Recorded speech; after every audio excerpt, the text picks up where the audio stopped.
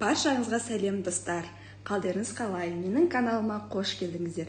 Бүгін біздер шарлотка пирогын дайындайтын боламыз. Бұл ең оңай және тез дайындалатын рецептімен бөлісетін боламын сіздерге. Бізге керек заттарды айтып өтейін. Жұмыртқа, алма, ұн, қант, сары май, разрыхлитель және шымшыт тұз. Алдымен біздер жұмыртқаны аламыз да осындай емкістке саламыз. Жұмыртқаны, қант.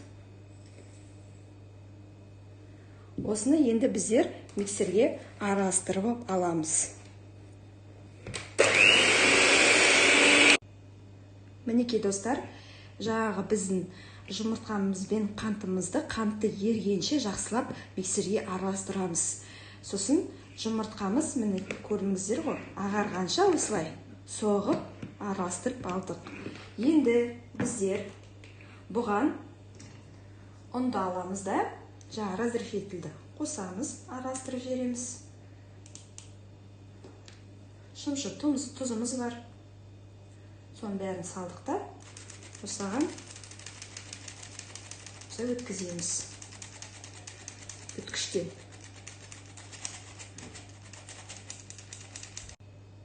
Мінекей достар, бәрін салдық. Енді тағы да осы миксермен араластырып аламыз. Мінекей достар, біздер араластырып болдық. Осындай қамыр болып шығу керек. Көрдіңіздер ме? Үлпілдек, орысша айтқанда воздушный дейді ғой. Осындай болып шығу керек. Енді бұл қамырымызды пока қоя тұрамыз осы жерге. Тақтайымызды алып, алманы аламыз.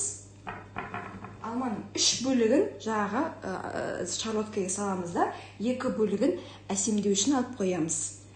Мен алманың қабығын алып тастаймын. Ал енді достар, мен алманы турай бастаймын, бірақ сіз деген духовканы уже қосып қойыңызға болады, 180 градусқа. Духовка қызай берсін. Мінекей, алмамызды осылай үлкенде емес, қатты уақытта емес, осындай көлемде турайтын боламыз. Мінекей, осылай болуы керек алмамыз. Ал енді достар, мінекей, алмамыз дайын. Тестімізді жағы аламыз. Осыған алмамызды қосамыз.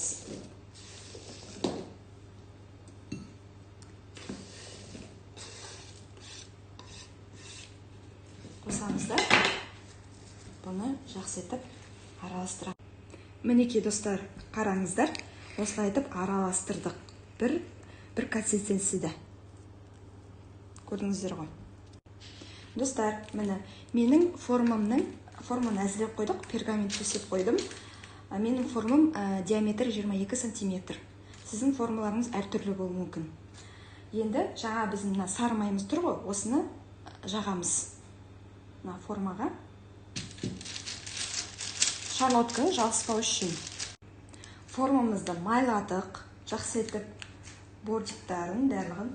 Енді жаңа тестімізді осыған саламыз.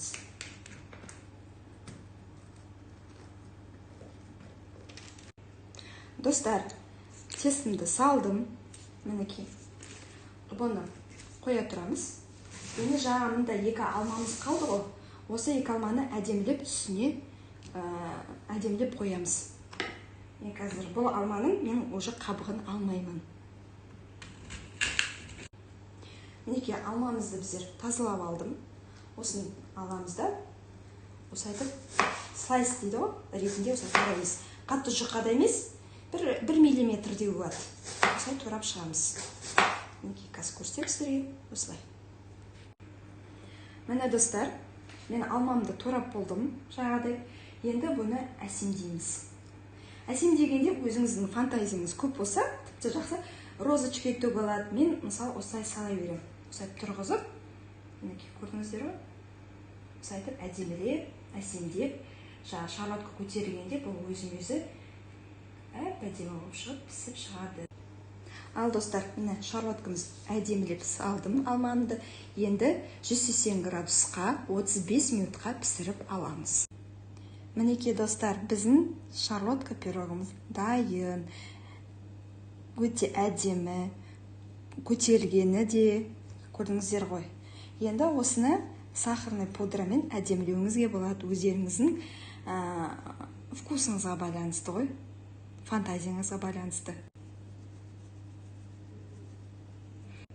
Достар, шарлоткамыз дайын, әсемдеп қойдық. Осылай етіп қонақ келгенде керемет етіп қоюларыңызға болады. Осы видеоны соңына дейін қараған үшін көп-көп рахмет. Менің каналыма тіркеліп, лайк басып, комментарий жазуларыңызды ұмытпаңыздар. Сіздермен болған Гүлсезім.